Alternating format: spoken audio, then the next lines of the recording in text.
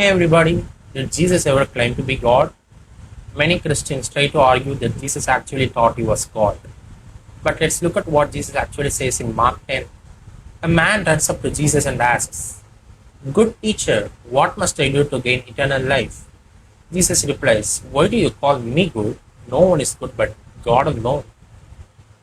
So here the man calls Jesus good teacher, but instead of accepting the title, Jesus immediately points to God. He says no one is good but God alone.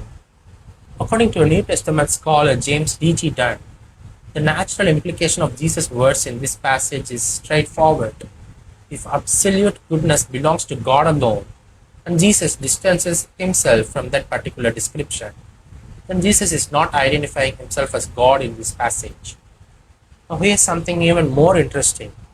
When we compare this account with Matthew's Gospel, we find that the wording has been completely changed. In Mark, the man says, "Good teacher," and Jesus responds, "Why do you call me good?"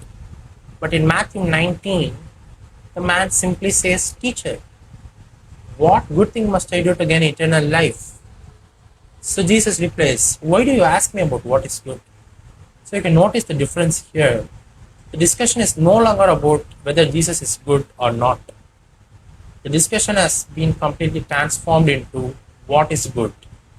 So Dunn suggests that Matthew, who has been copying from both Mark and Q, has modified Mark's wording because Mark's version creates a theological difficulty.